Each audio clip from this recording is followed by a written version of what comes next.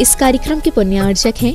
विश्व में एक इंद्रिय से पंचेंद्रिय तक सभी कोरोना मुक्त हों और स्वस्थ रहें। नमन करता श्रीमती सरोज सिंघई, धर्मपत्नी श्री राजेश सिंघई, बेटियां पंखरी एवं अदिति सिंघई, रोहिणी, दिल्ली। श्रीमती सरला जैन, धर्मपत्नी स्वर्गीय श्री रमेश चंद जैन, नीरज जैन, समता जैन, दिव्यांश जैन, मानवी जैन, फर्म नमो ट्रेडिंग कंपनी, दिल्ली। कुसुमबाई जैन एवं समस्त रतनदीप परिवार, श्रेयांश जैन, पूजा जैन, श्रेया जैन, नडियाड, गुजरात। श्री मुकेश कुमार, मनोरमा देवी जैन, श्री सुभाष चंद, संगीता जैन, श्री अनिल कुमार सीए, नीरू जैन, श्री नरेश कुमार, श्वेता जैन, श्री सुदीप कुमार, मनाली जैन, श्री सर्वेश प्रिया जैन, पुत्री सोनम, खुशी, पार्थ, कृष, धीरांश, धारांश, दिया जैन, चड़ौसिया परिवार, मछरिया वाले, Vadodara, Rajasthan scrap traders, Ankalikar steel industries, Sudeep alloys, Vadodara, Sarvesh steels, Khyati industries. सर्वमंगल मांगल्यम सर्वकल्याणकारकम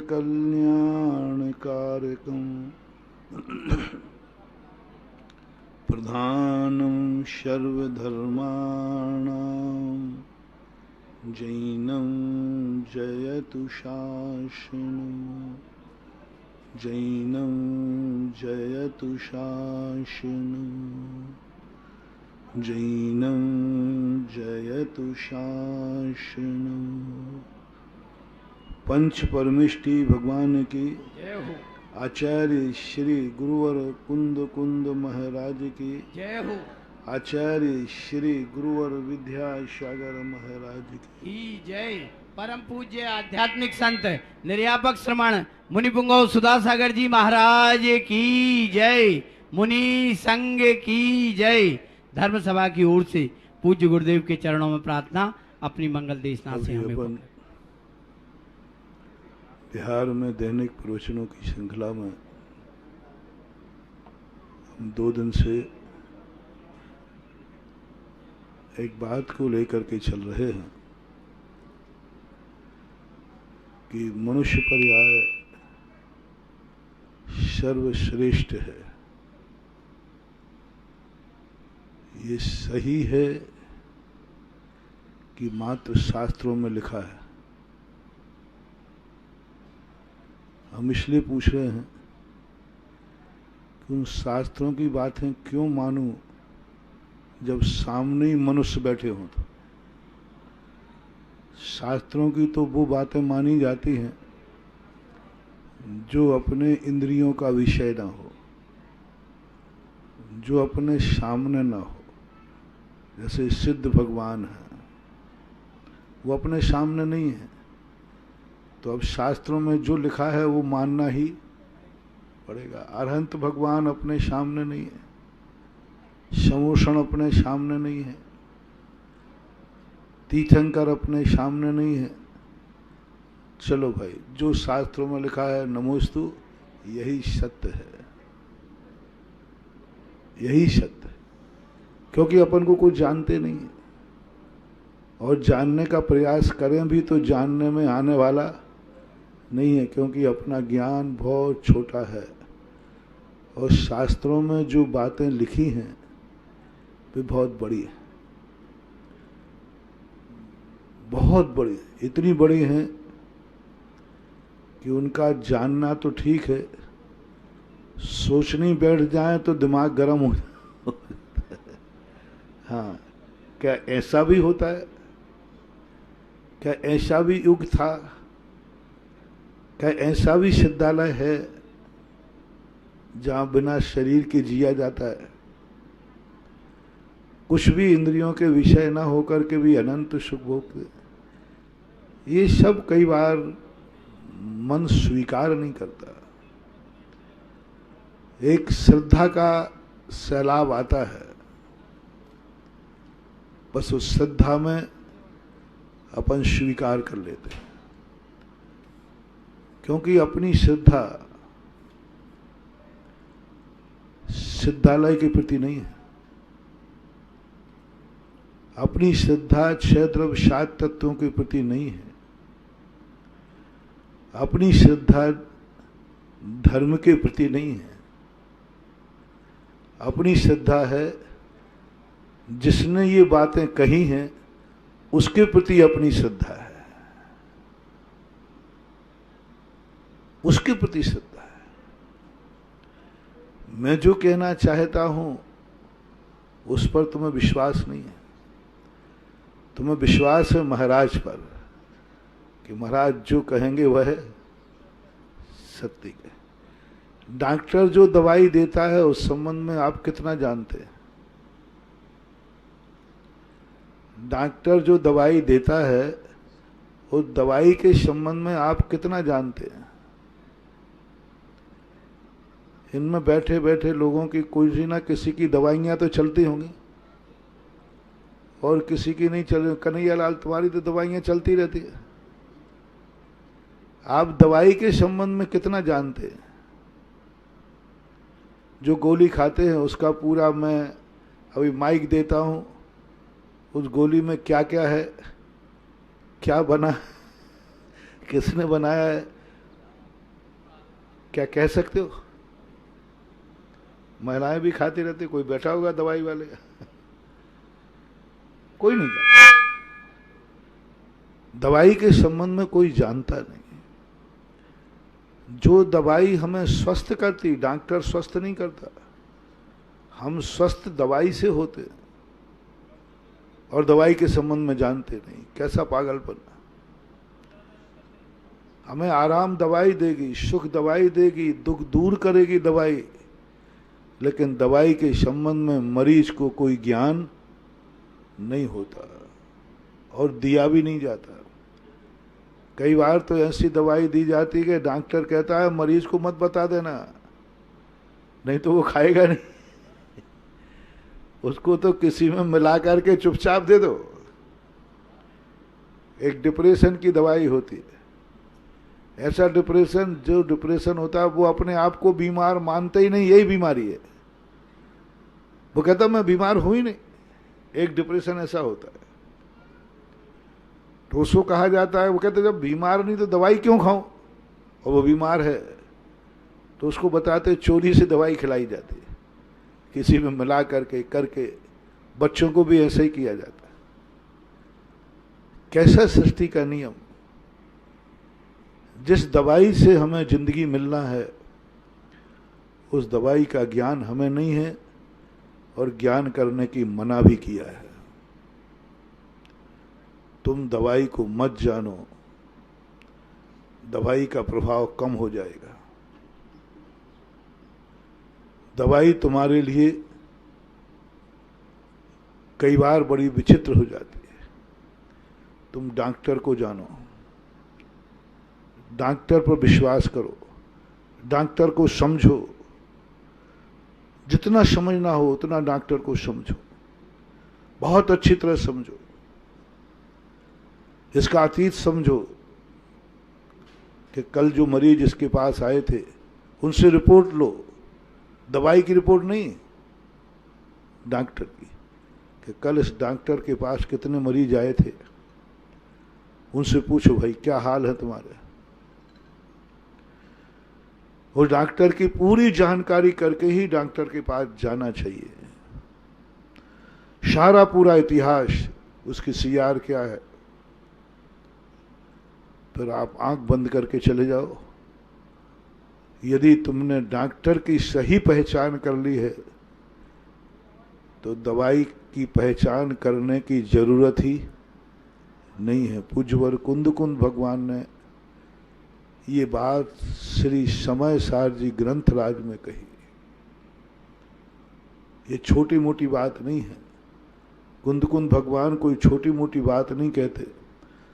समय सार में कहा कि तुम ये मत देखना कि वैद्य ने क्या दिया है, तुम ये देखना कि वैद्य है भी कि नहीं है।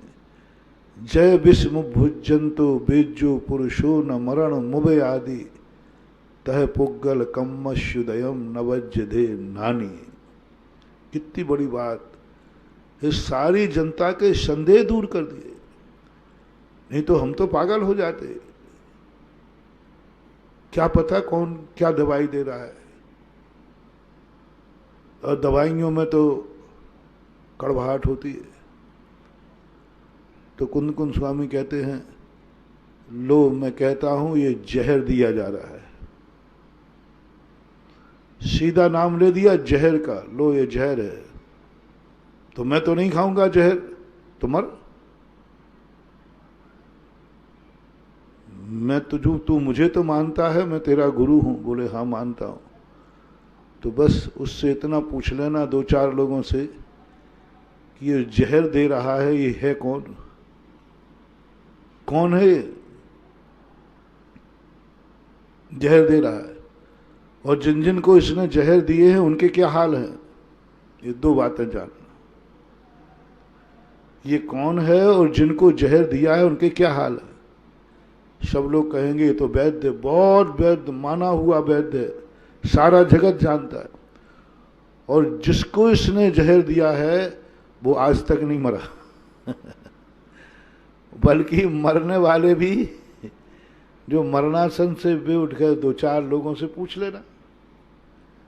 फिर अब चूक मत करना, अब तुम जहर की तरफ मत देखो, वैद्य का नाम लो, पी जाओ। कुंद कुंद भगवान जैसे व्यक्तियों ने हमारी समस्या का समाधान कर दिया और उन्होंने कहा कि बस इतना ही ज्ञान तुम्हें काफी है। इसी प्रकार मोक्ष मार्ग में भी हमें तत्व को जानने की जरूरत नहीं है।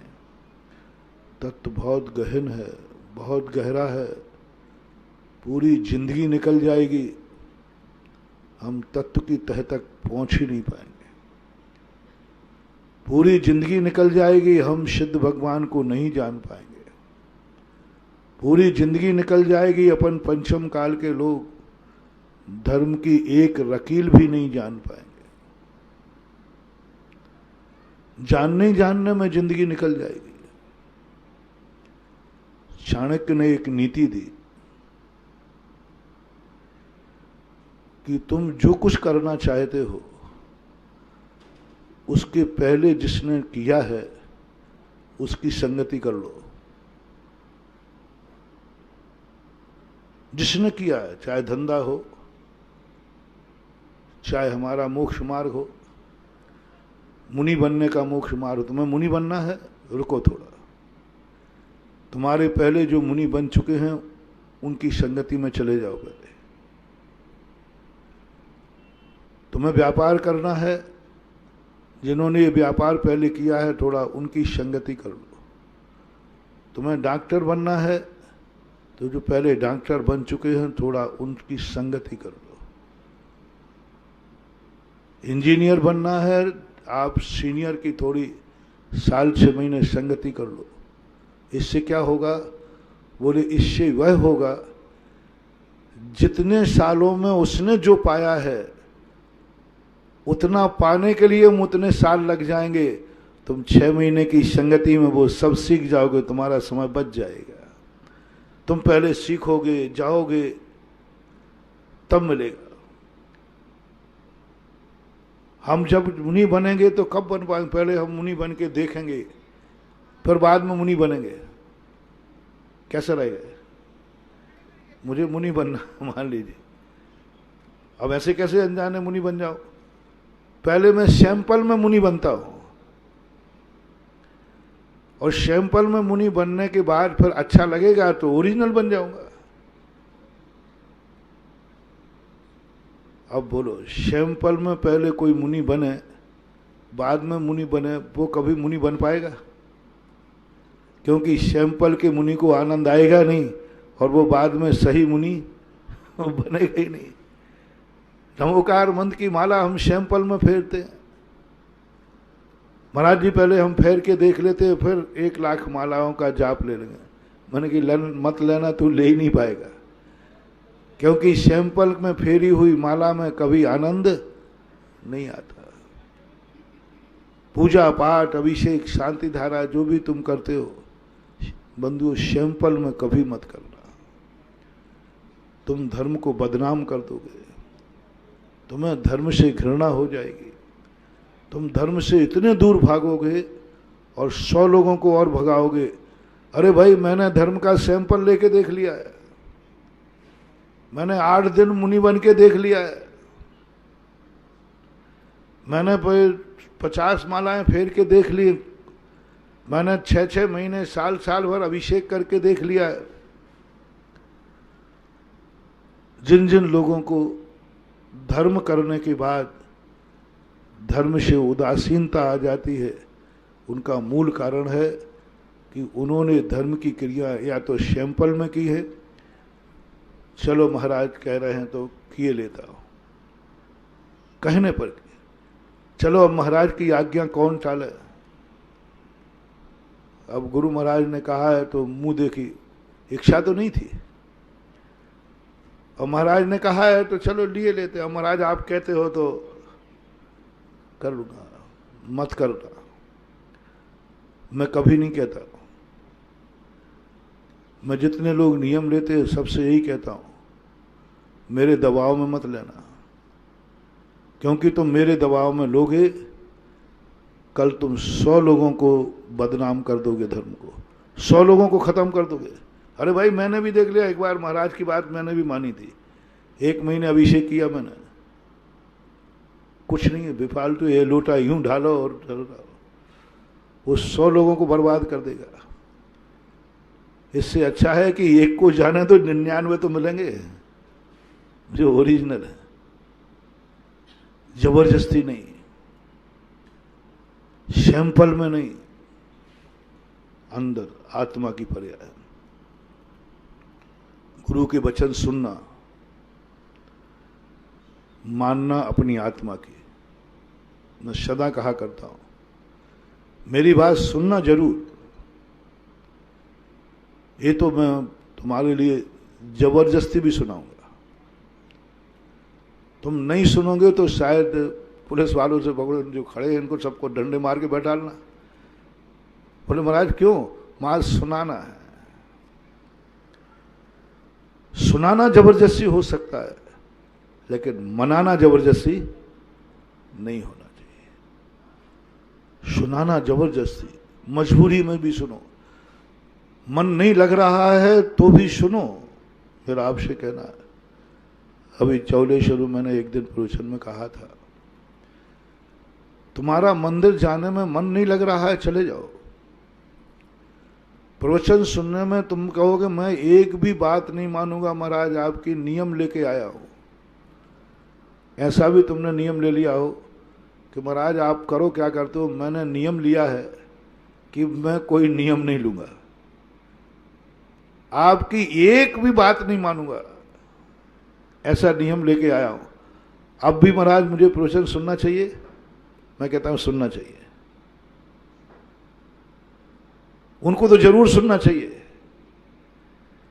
जो ये कहता है कि भाई देखो मैं महाराज के प्रवचन में जा रहा हूं और सबसे घोषणा करता हूं महाराज की मैं एक बात नहीं मानूंगा और जो कहेंगे उससे उल्टा और करूंगा। उन्होंने कहा कि गुटखा नहीं खाना, मैं उस दिन आधा किलो गुटखा खाऊंगा। होते कई लोग जिद्दी, बहुत जिद्दी होते, आप लोग घरों में मालूम है। कई लोग घर के सदस्य साहब के सुनाते, महाराज इनसे जिस चीज की मना करो उस दिन ये डबल करते हैं। गार्जियन की बात, आपके बड़ों की बात, सब नियम ले लो कि मैं बड़ों की एक भी बात नहीं मानूंगा। इतने अच्छे महाराज कहाँ मिलेंगे? इतनी अच्छी बात कहने वाला तुम्हारे पक्ष में बोल रहा हूं, नहीं लेना, नहीं लेंगे ही नहीं। और बल्कि महाराज हम उल्टा और करेंगे, चलो ये भी छूट है। यदि मैं अभी मंदिर जाने की कहें तो कहना महाराज मैं जा ही रहा था, अब तो 1 महीना नहीं जाऊंगा, चलो ये भी मंजूर है। मैंने शराब छोड़ दी थी लेकिन आज आपने मना की तो अब पीना चालू कर दूंगा, चलो ये भी मंजूर है। अब और क्या मंजूर करूं बता दो। अब इतनी सारी बातें तुम्हारी मान ली, एक बात तुम मेरी मान लो। मैं तुम्हारे पक्ष में हो गया, क्योंकि इतनी से लोग नहीं सुन रहे हैं आज के प्रवचन को, लाखों लोग टीवी पे बैठ के सुन रहे हैं, विदेशी लोग भी सुन रहे हैं, अमेरिका रूस में भी सब सुन रहे हैं, कुवैत में भी बैठे बैठे लोग सुन रहे हैं। उनसे सबसे मेरा कहना है कि अभी तक मैंने जितनी बातें तुमसे कही हो और तुमने नहीं मानी हो तो घबराना नहीं, घबराना नहीं, मैं तुम्हें चेला बना लूंगा, तुम्हारा गुरु बन जाऊंगा। महाराज जी मैंने एक भी बात आपकी नहीं मानी, और बल्कि उल्टा और किया, चलेगा चलेगा चलेगा चलेगा, पर एक बात तुम मान लो। महाराज आपकी एक बात मानूंगा नहीं, लेकिन आपकी बात सुने बिना दिन निकलेगा नहीं, बस इतनी सी बात है। सुनूंगा जरूर, सुनने का व्यसन लगा लो, सुनने का नियम लगा लो। मानना का तो हम मनाएंगे भी नहीं, मेरे नेचर में भी नहीं है मनाना, मेरे नेचर में सुनाना है, मनाना नहीं। भगवान ऋषभ देव ने कहा, बेटा महावीर ने भी यही कहा, दुनिया को मनाना नहीं, लेकिन सुनाए बिना रहना नहीं। एक भी ना माने मत मानो, सुनाना। ये रास्ता सच्चा गया है। एक भी ना चले तुम बता देना, तुम्हारा बहुत बड़ा उपकार हो जाएगा। एक भी व्यक्ति ना माने और जगत को सुनाने का भाव आ जाए, ऐसे लोग तीर्थंकर बन जाते हैं। ऋषभ देव ने अपने प्रवचनों में सबको सुनाया, मनाया नहीं। वो अपने पोते को नहीं मनाया। लोगों ने कहा भगवान आपका पोता है मारीच, आप इसको मनाइए। उन्होंने कहा सुना दिया। प्रश्न हुआ समूषण में कि महाराज भगवान आप कैसे इतने शक्तिशाली होकर, आपका पोता मारीच उन्मार्ग पर जा रहा है, गलत, इसको मनाइए। ऋषभ देव ने क्या जवाब दिया, मनाऊंगा नहीं सुनाऊंगा। सुना दिया ना कि ये रास्ता सच्चा है। अब वो इधर जाए तो सुनाना मेरे हाथ में है, मानना तुम्हारे हाथ में है। बंटवारा करता हूं मैं, अपना अधिकार क्षेत्र के अंदर रहूंगा, अनधिकृत चेष्टा नहीं करूंगा। मेरा अधिकार कितना है, सुनाने तक। मानने का अधिकार तो तुम्हारा है, मैं क्यों पीछे पड़ूं? वो तो तुम्हारी ड्यूटी। नहीं मानो तो तुम्हारा घाटा, मानो तो तुम्हारा फायदा। तुम मान लोगे तो मुझे किंचित मात्र भी फायदा नहीं है, और नहीं मान लोगे तो मुझे किंचित मात्र भी घाटा, इतना सा भी घाटा नहीं। मारीच की बात, आदिनाथ की बात मारीच ने नहीं मानी, आदि किंचित मात्र भी घाटा नहीं हुआ। और मान लेते तो वक्ता को कोई फायदा होने वाला नहीं। वक्ता को हानि लाभ कब है, तुमने सुनाया क्यों नहीं? बस वहां मेरा गुरुपद कलंकित हो जाएगा, मेरे गुरुपद पे बट्टा लग जाएगा। तुमने अपनी ड्यूटी से पलायन हो गए। बोले क्यों? बोले तुमने सुनाया क्यों नहीं, तुमने बताया क्यों नहीं। ये माने या ना माने, तुम्हारा कार्य क्या है, बताना, सत्य बताओ। तुम अपनी ड्यूटी पूरी करो। ऋषभ देव ने अपनी ड्यूटी पूरी कर दी, मारीच ने नहीं माना। उसका काम था, उसकी ड्यूटी थी। सारे तीर्थंकर इतना उपदेश दे के जाते, क्या सभी मान लेते? नहीं मानते, लेकिन वो कहते मेरा काम मैं सुनाऊंगा। तो आप एक इतना सा नियम ले लीजिए, आपका मन नहीं है, कुछ नहीं है। एक व्यक्ति ने कहा था, महाराज मैं बिल्कुल भी धर्मात्मा नहीं हूं, मेरा धर्म में बिल्कुल मन नहीं लगता, मंदिर में जाकर मेरे बुरे भाव होते, बहुत बुरे भाव होते। फिर भी मैंने कहा मंदिर जाना। महाराज मेरा कह रहा हूं ना, मन नहीं लगता, बहुत बुरे भाव होते। मैंने कि फिर भी जाना, मंदिर जाओ, जाओ। तुम गाली दे के आ जाया करो भगवान को, इससे बुरा भाव तो नहीं होता। बोले नहीं नहीं नहीं, इतना बुरा भाव मैंने कि मैं यहां तक कह रहा हूं, उससे बुरा, इतना बुरा भाव तो नहीं होता। नहीं नहीं, गाली देने का भाव तो नहीं आता। मैंने कि मैं यहां तक कह रहा हूं, गाली देने का भाव भी आवे तो भी मंदिर मत छोड़ना, मत छोड़ना, मत छोड़ना। जाऊंगा मंदिर, गाली देके आऊंगा, पर जाऊंगा। मैं मंदिर का नियम लेता हूं, मेरा मन लगे या ना लगे, कुछ भी हो, भगवान तुझे नहीं छोड़ूंगा, तेरा दरवाजा नहीं छोड़ूंगा। बहुत बड़ी बात है महानुभाव, करके देखना। नमोकार मंत्र में माला में मन लगे या नहीं लगे, बहुत बुरे भाव आए माला फेरते समय, नियम ले लेना, माला तो फिरेगी। चाहे मेरा मन कितना भी चंचल हो जाए, कुछ भी हो जाए, माला तो फिरेगी। बस कुछ नहीं करना। प्रवचन तो सुनूंगा महाराज की, एक बात मानूंगा नहीं, ये भी पक्का है, लेकिन सुनूंगा, चलेगा। मैं इसलिए कह रहा हूं, आपको जो नियम दे रहा हूं वो नियम मेरा था। जो नियम तुम्हें दे रहा हूं वो नियम मेरा था। एक महाराजों के पास में जाते ही नहीं था। एक महाराज ने पकड़ लिया मुझे, बोले तू क्यों नहीं आता है? मैंने कहा इसलिए नहीं आता हूं कि तुम नियम देते हो, और मेरा नियम है कि मैं नियम लूंगा। क्या मजेदार महाराज थे। बेटा क्या नियम है तेरा? बोले महाराज जी मैं नियम लूंगा नहीं, पक्का है। तो बेटा मैं नियम लेता हूं कि मैं तुझे नियम दूंगा नहीं, अब तो मामला ठीक है। अरे मैंने कहा ये महाराज तो बहुत आंगी खोपड़ी है। मैंने नियम लिया कि मैं नियम लूंगा नहीं, वो नियम क्या ले रहे हैं?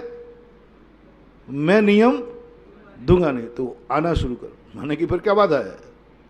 डर तो एक ही बात का था कि नियम नहीं दे दो। तुम नियम नहीं दोगे बस कोई बात, फिर तो आऊंगा। एक दिन यही घटना घटी, लगभग शायद 1976-77 की घटना है। आचार्य से एक गांव में थे, ऐसे ही गांव था छोटा सा, सब लोगों के साथ गए। किसी ने कहा कि भाई तुम भी हार दे दे, साथी लोगों ने। मैंने कहा मैं तो नहीं दूंगा। बोले क्यों नहीं? बोले मेरा नियम है कि मैं कोई नियम नहीं लूंगा, और आहार देने वाला नियम दिलाएगा। दिलाते हैं कि नहीं भाई महाराज लोग? हमेशा से दिलाते आए। तो एक ने कह दिया ये महाराज वो है जो नियम दिलाते नहीं है। मैंने कहा हो ही नहीं सकता, ऐसा कभी हुआ ही नहीं कि नियम दिलाया नहीं कोई साधु। ऐसे ही थोड़े ले ले छोटे छपाटों से, जिस साल से हार ले ले। मैंने कहा ये महाराज, मैंने कहा ध्यान रखना, यदि महाराज ने नियम दिला दिया तो मैं वहीं छोड़कर भागाऊंगा, और फिर कभी मुनियों को दर्शन भी नहीं करूंगा। तो जो बुद्धि मेरी है ना, ऐसी बुद्धि वाला एक व्यक्ति था। उन्होंने कहा हाँ हाँ ठीक है, उसके बाद तुम मुनियों के पास मना, अभी तो जा। मैंने कहा देख लो आप लोग बहुत बड़ी रिस्क ले रहे हो। यदि महाराज ने कोई नियम दिला दिया तो वहां चौके में मामला बिगड़ जाएगा। क्या महिमा कहो, आज वही स्मृति का पटल पर आ गया तो सारे जगत को सुना रहा हूं, क्योंकि वही माइंड सारी दुनिया का चलता है।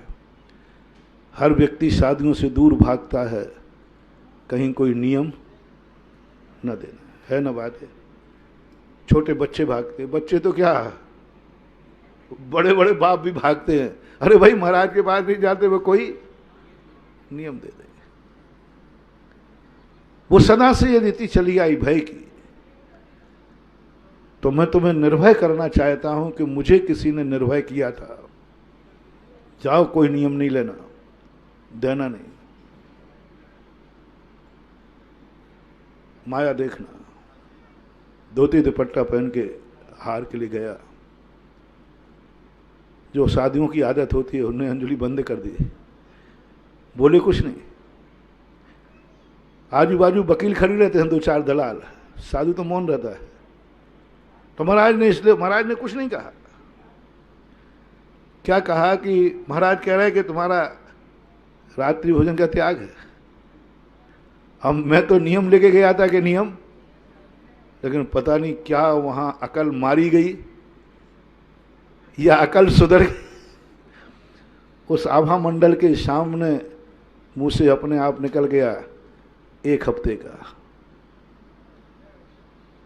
अब देखना मेरा नियम टूट गया, गुरु के आभा मंडल का प्रभाव। और गुरु ने पता नहीं वो आंख अभी भी दिखती है आचार्य श्री की, वो आंख अभी भी दिखती है गुरुदेव की। यूं देखा बड़े बड़े प्रतिमाधारी खड़े थे, बूढ़े लोग, उनसे एक एक गिलास खिसका के अलग कर दिया। मेरे से लेना शुरू किया तो बंद ही नहीं करें। अरे मैंने कही मैं कौन सा बड़ा तोप हूं, बंद ही नहीं कर रहे। फिर एक व्यक्ति ने कहा थोड़ा भाई तुम देते ही यार खिसको जल्दी, तो मैंने कहा आचार्य जी तो बंद करें। मैं लोगों ने पीछे कर दिया, मैं पीछे खड़े होकर आचार्य जी को देखता रहा। ये कौन सी आत्मा है जिसने नियम दिया नहीं, और मेरा नियम था कि मैं नियम लूंगा नहीं, फिर नियम कैसे हो गया? दिया है नहीं और लिया है नहीं। बंधु लगे रहो। दो स्थिति बन गई कि वो दिन है कि आज का दिन है, 8 दिन की रात्रि भोजन त्याग चल रहा है, उसके बाद लेने का कभी भाव ही नहीं हुआ, परिणाम ही नहीं हुआ। उपादान और निमित्त, अपने उपादान को सद निमित्त से दूर मत भगाओ। कितना भी खोटा है रहने दो, कितना भी खोटा है रहने दो। निमित्त इतना चोखा है कि एक दिन उपादान की खोट को चोख में बदल देगा। सत्संगति क्यों कही जाती है? संगति सद की करो, एक ना एक दिन कभी प्रभाव पड़ेगा। एक चोर था, वो मरने लगा। मरते समय उसके मन में एक भाव आया कि मेरा बेटा थोड़ा सा चोरी में ज्यादा रुचि नहीं रखता और शादियों की तरफ भागता है। तो उसके पिता ने मरने के पहले कहा, बेटा मुझे एक वचन दे दे तो मैं शांति से मर जाऊंगा। बोले बोलो पिताजी। पिता के भक्त था, परम भक्त था। उसने कहा तू कभी दिगंबर मुनि का प्रवचन मत सुनना,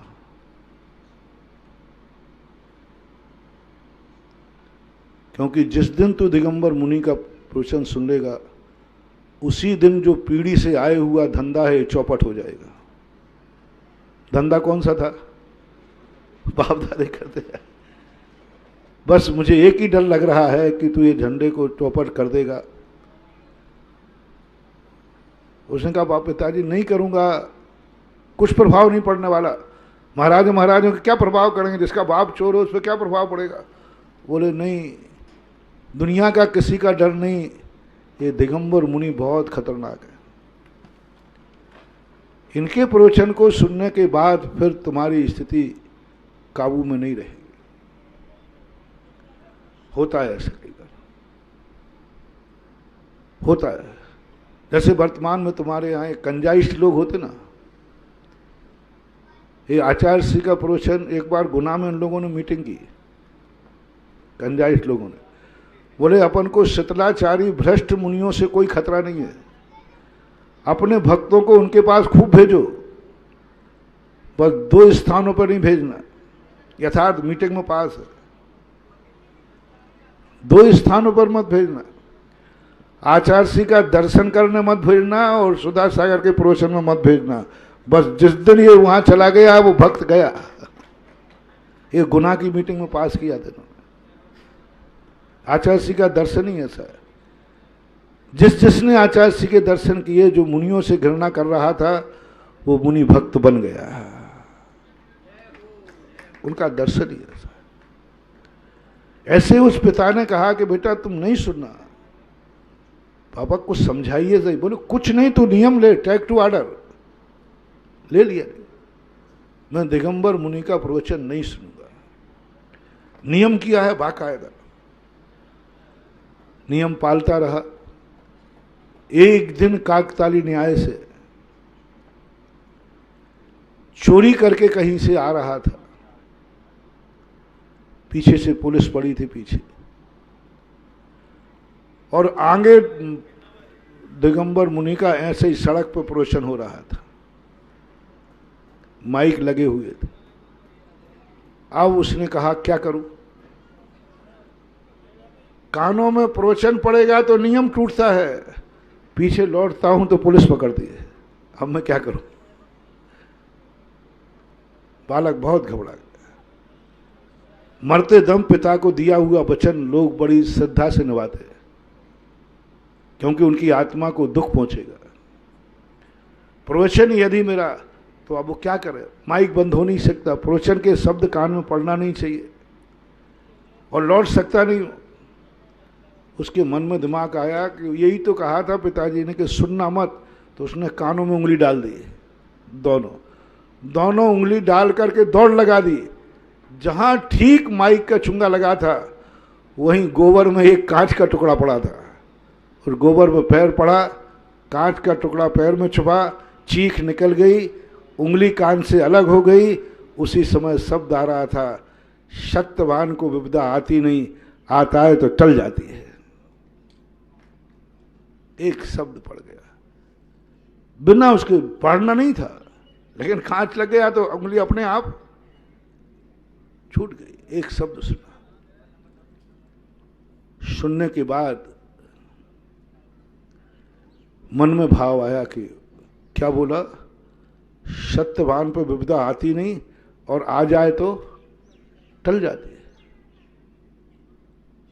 हम तो 24 घंटे विपदा में रहते, हम तो 24 घंटे में विपदाएं, चोर हैं, चलो एक दिन आजमाते।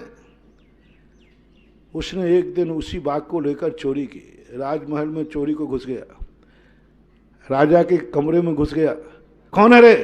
बोले चोर हूं, चोर। तो राजा कहता है चोर ऐसा दिलेरी से बोलेगा चोर हूं, होगा कोई? राजा सो गया। चोर कहता है पृथ्वी बार में कहता हूं चोर नहीं हूं, कोई पकड़ता था, आज मैं कह रहा हूं चोर हूं, कोई मुझे बोल ही नहीं रहा। दरवाजे पर पहुंचे लेकर के, कौन है? बोले चोर हूं, चोर। कहां से आया? राजा के दरबार में चोरी करके आया हूं। कोतवाल कहते पागल है, इसको निकल जाने दे। निकल गया। गांव के बाहर वो पेड़ के नीचे बैठा था। कोतवाल सुबह चर्चा हो गई, कौन है रे तू? बोले मैं चोर हूं। बोले कहां चोरी की? बोले राजा के दरबार, राजमहल में चोरी की। दूसरा कोतवाल कहता है ये पागल है, समय खराब मत करो, जब तक चोर भाग जाएगा।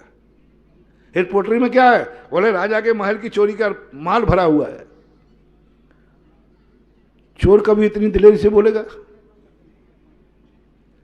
कोतवालों ने कहा छोड़ो ये पागल है, समय खराब मत करो, चले गए। चोर ने कहा ये क्या मामला है,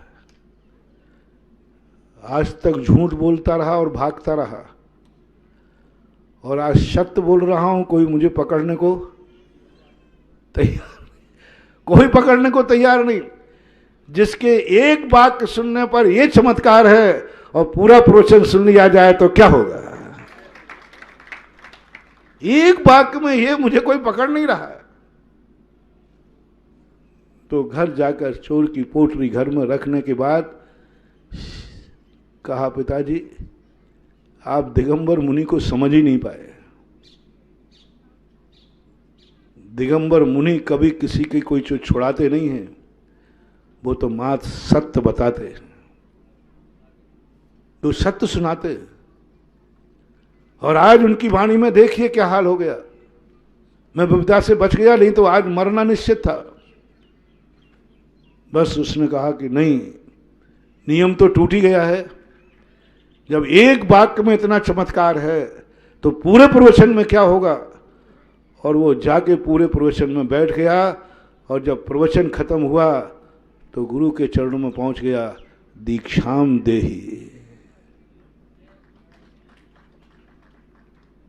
मुझे डाकू से साधु का मार्ग बताओ। साधु का मार्ग बताओ।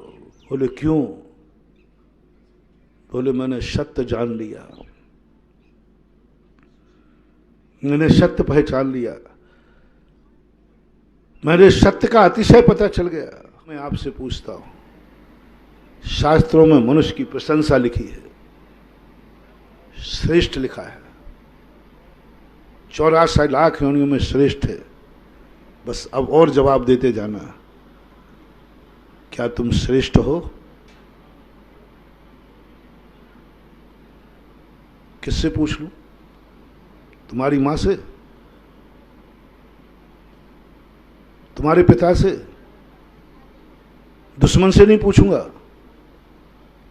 दुश्मन से नहीं पूछूंगा मैं। नहीं तो तुम कह दो महाराज दुश्मन से पूछा, वो तो मुझे गलत कहेगा ही कहेगा। यदि मैं तुम्हारे दुश्मन से पूछूं तो तुम क्या कहोगे? अरे महाराज उससे पूछोगे, वो तो हमें पापी कहेगा ही कहेगा, वो दुश्मन है। पिताजी दुश्मन तो नहीं है? नहीं है ना? तो तुम्हारे पापा से पूछ लो कि तुम्हारा बेटा श्रेष्ठ है। मां से पूछ लो, मियां बीवी से, तुम्हारी पत्नी से पूछ लो, गुरु से पूछ लो, भगवान से पूछ लो, किससे पूछ लूं जो एकदम अंदर से बोल सके हाँ जिसके संबंध में आप पूछ रहे हो वह मेरी दृष्टि में सर्वश्रेष्ठ है, सर्वश्रेष्ठ। पिता कह रहा है मुझे इस बेटे का बाप बनने में गर्व है। क्या कह रहा है पिता? मुझे गर्व है, बेटे को गर्व नहीं, पिता को गर्व है कि मैं ऐसे बेटे का हुआ करूं। ऐसा कौन सा कार्य तुमने किया है जो पिता नहीं कर सकते थे और तुमने उनको गौरव प्राप्त करा दिया? जो सम्मान पिता नहीं पा पाए वो तुमने दिलाया हो, वो बेटा सर्वश्रेष्ठ है। जो मान सम्मान पिता अपनी जिंदगी में नहीं पा पाए तुमने दिला दिया। तुम पिता के एड्रेस लेके मत घूमो, पिता तुम्हारे एड्रेस पर दुनिया में जावे। कहीं जा रहे, पिता को कोई पूछ नहीं रहा था, और जैसे किसी ने कहा मालूम ये किसके पिताजी हैं? अरे उसके पिताजी हैं, वो लड़का तो हमारे गांव का देवता है, आइए पिताजी आइए। अब वो पिताजी को सम्मान किससे मिला? स्वयं की तो कोई इज्जत थी नहीं, कोई पूछ नहीं रहा था। जैसे बेटे का नाम आया सम्मान मिल गया। क्या ये कार्य तुम अपनी जिंदगी में कर सकोगे? महानुभाव, जिंदगी में एक बार काम करना, काम तुम करना, सम्मान पिता को मिला, पिता को मिला। तुम्हारे नाम से पिताजी की पहचान हो। हुए हैं ऐसे।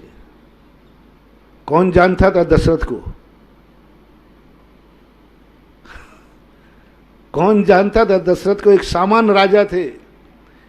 आज जगत में दशरथ क्यों पूज गए? दशरथ अपने व्यक्तित्व के कारण कि श्री राम के कारण? ये महानता, ये जीवन में एक संकल्प करना है।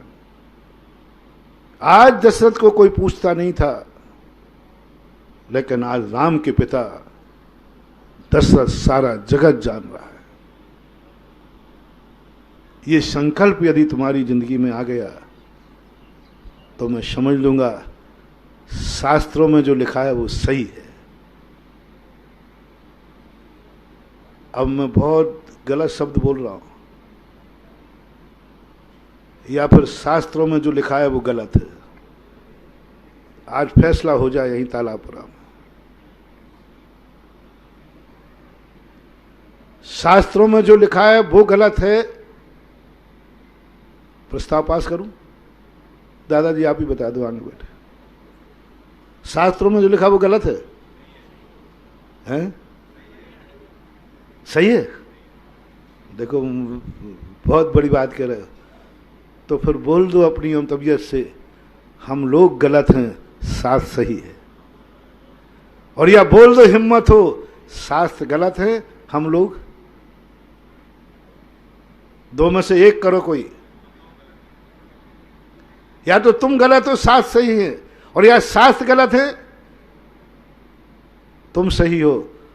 ऐसा कुछ करो ना कि दोनों सही हो जाए। ऐसा कुछ करें ना कि महाराज जो शास्त्र है वही सही है और जो मैं हूं वही सही हूं, आप शास्त्र को और मेरे को टैकल कर लो, दोनों में कोई अंतर नहीं निकलेगा। बोलो जैन धर्म की। एक टैकल कर लो ना महाराज, क्यों परेशान हो रहे हैं आप इतने? लाइए शास्त्र में कैसा लिखा है, कैसा होना चाहिए मनुष्य, कैसा होना चाहिए जैन, जैन कुल में जन्म लेने वाला कैसा होना चाहिए, आप परिभाषा बोलिए। वैसा मैं हूं। चुनौती दे दो मुझे, चुनौती दे दो मुझे कि महाराज आप किसी को गलत सिद्ध नहीं कर सकते। आपके शास्त्रों में जो जैन श्रावक की परिभाषा लिखी है आप बोलिए, और हम एक एक करके कहते हैं। आप बूंदी में महाराज इतनी बार पधार पाए, लेकिन बूंदी वालों को नहीं समझ पाए। जो जो आप श्रावक के गुण बताओगे बूंदी के एक एक बच्चे में पाया जाएगा, तो फिर मैं कहूंगा आई एम सॉरी प्लीज, मैंने बूंदी को गलत समझा। मैं सॉरी कह दूं? ध्यान रखना बेटा, यदि साधु ने सॉरी कह दिया और गलत पाया गया तो बर्बाद हो जाओगे। क्या बात है, बात क्यों नहीं हम दावा कर पा रहे हैं कि मनुष्य पर्याय श्रेष्ठ है क्योंकि मैं श्रेष्ठ हूं, जैन कुल श्रेष्ठ है क्योंकि मैं श्रेष्ठ हूं, जैन जाति श्रेष्ठ है क्योंकि मैं श्रेष्ठ हूं। हेतु बनाना क्या है? जैन धर्म अच्छा है इसलिए नहीं कह रहा हूं अच्छा, जैन धर्म अच्छा है क्योंकि मैं जैनी हूं और मैं अच्छा हूं।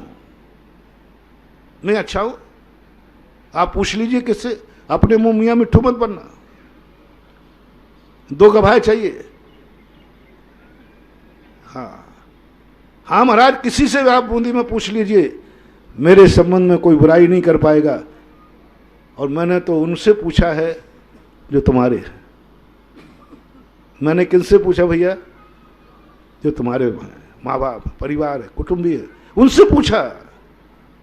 उन्होंने नकार दिया, महाराज जी पूछो ही मत, पूछो ही मत। ये सारी चीजें जब अपनी जिंदगी में गौरव की चीज बन जाएगी और उस समय तुम्हें एक श्रेष्ठता की अनुभूति होगी और शास्त्र तुम्हारा कथन एक रूप हो जाएगा। लेकिन अब नहीं भी हो तो उसका हमने प्रोसेस बताया, जो ये दावा नहीं कर सकते। हम मुनियों को भी यही, आप यही प्रश्न मेरे से करिए। आपने मुनियों की चर्चा शास्त्रों में सुनी? सुनी है कि नहीं? अच्छी चर्चा है कि बुरी चर्चा? पूछिए महाराज, शास्त्रों के मुनि अलग हैं, तो जो तालाब पुराण में बैठे हुए मुनि अलग हैं। जैसे तुमने कहा था, ऐसे ही मैं कह दूं? क्यों?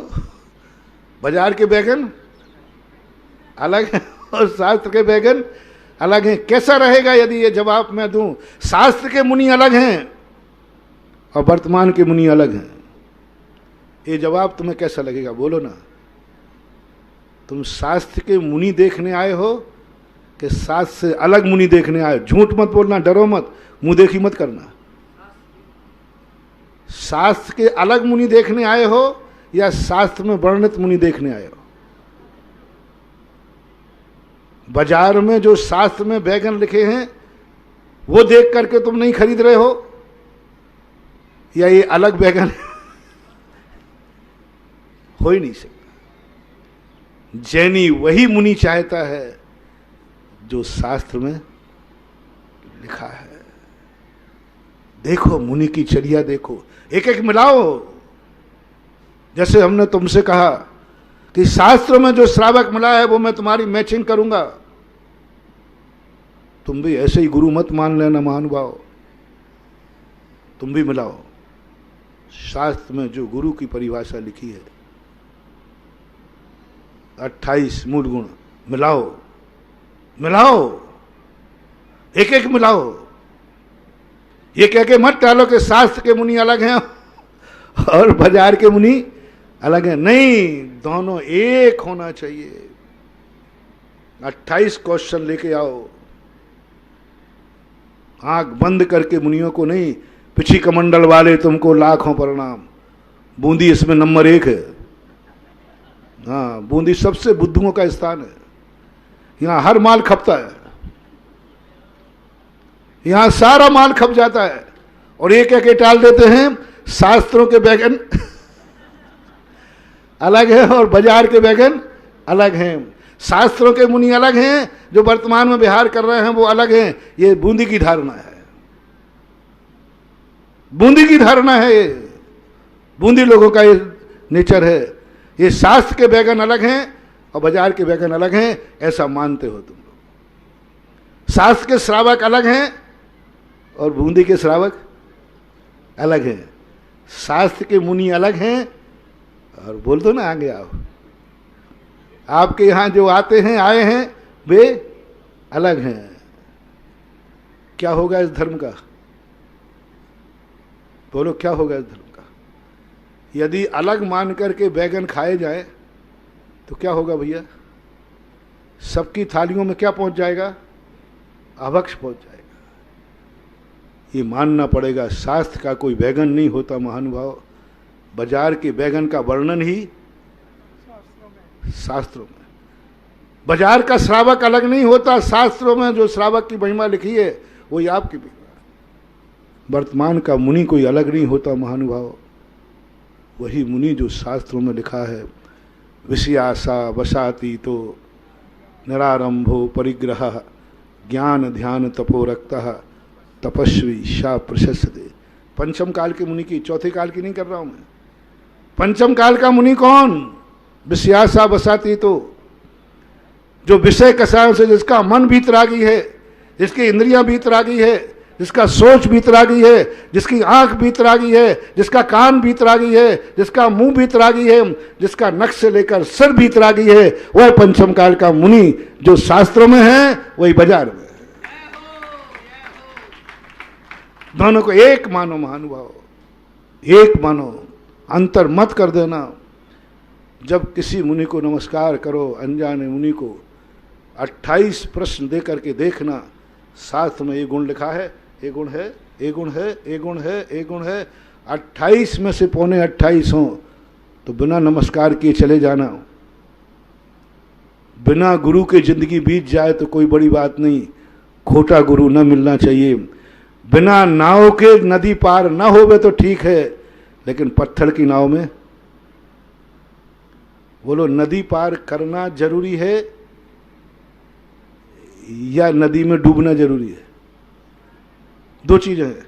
इस नाव में बैठोगे तो डूबोगे और नहीं तो नदी के इस पार रहोगे। दोनों में श्रेष्ठ क्या है?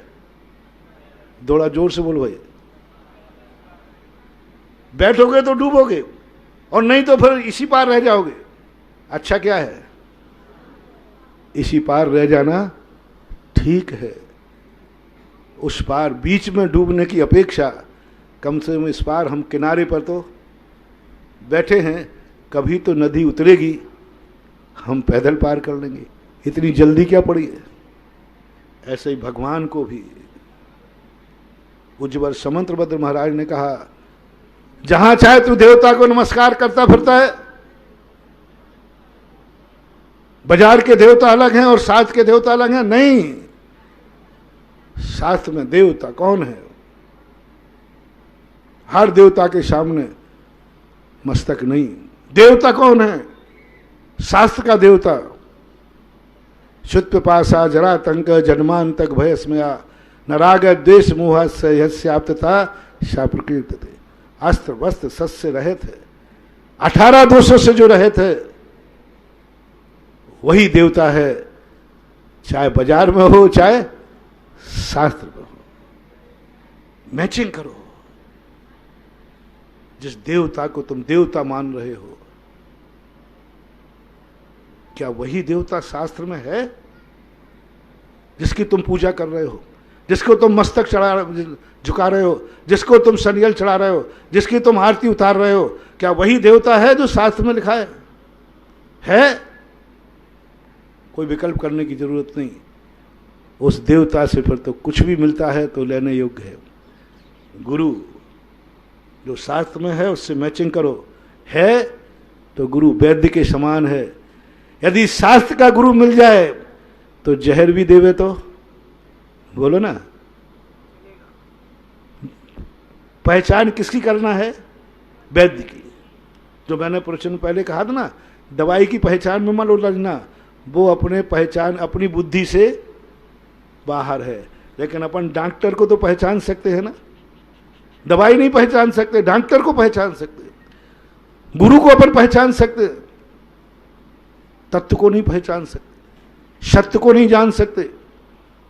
सत्य को जानना बहुत कठिन है महानुभाव, गुरु को जानना सरल है। बस गुरु को जान जाओ, वैद्य को जान जाओ। कहने दो दुनिया ये जहर है, जहर है, हाँ, फिर क्यों पी रहा है? बोले वैद्य ने दिया है। जहर है, 100% है, लेकिन दिया किसने है? वैद्य ने दिया है, गुरु ने दिया है। मुझे वचन कुछ भी समझ में नहीं आया, महाराज ने क्या कहा मुझे कुछ समझ में नहीं आया, और मैं मानने वाला भी नहीं हूं। बस इतना बोल दो। अंत में हमने तुमसे जबरदस्ती सुनने को कहा ना, मानने को तो नहीं कहा ना, नहीं कहा ना, जल्दी बोलो ना, नहीं कहा ना। बस इतना और बोल दो, फिर मैं ख़त्म करूँगा। मैंने जो बोला ये सही बोला कि गलत बोला? तम बोला, जल्दी बोलो, अंदर से बोलो, जोर से बोलो, पीछे वाले है। बस मैं खुश हूँ कि तुमने प्रवचन सुना, डबल खुशी है, तुमने उनको सत्य माना। अब मुझे मनाने की जरूरत नहीं है। जाओ, गोबर में पैर पड़ेगा, कांच लगेगा, कान खुलेंगे, सत्यमेव जयते। महावीर भगवान की जय। इस कार्यक्रम के पुण्यार्चक थे विश्व में एक इंद्रिय से पंचेंद्रिय तक सभी कोरोना मुक्त हों और स्वस्थ रहें। नमन करता श्रीमती सरोज सिंघई, धर्मपत्नी श्री राजेश सिंघई, बेटियां पंखरी एवं अदिति सिंघई, रोहिणी दिल्ली। श्रीमती सरला जैन, धर्मपत्नी स्वर्गीय श्री रमेश चंद जैन, नीरज जैन, समता जैन, दिव्यांश जैन, मानवी जैन, फर्म नमो ट्रेडिंग कंपनी दिल्ली। कुसुमबाई जैन एवं समस्त रतनदीप परिवार, श्रेयांश जैन, पूजा जैन, श्रेया जैन, नडियाड गुजरात। श्री मुकेश कुमार, मनोरमा देवी जैन, श्री सुभाष चंद, संगीता जैन, श्री अनिल कुमार सीए, नीरू जैन, श्री नरेश कुमार, श्वेता जैन, श्री सुदीप कुमार, मनाली जैन, श्री सर्वेश प्रिया जैन, पुत्री सोनम, खुशी, पार्थ, कृष, धीरांश, धारांश, दिया जैन, चड़ौसिया परिवार, मछरिया वाले, Vadodara, Rajasthan scrap traders, Ankalikar steel industries, Sudeep alloys, Vadodara, Sarvesh steels, Khyati industries.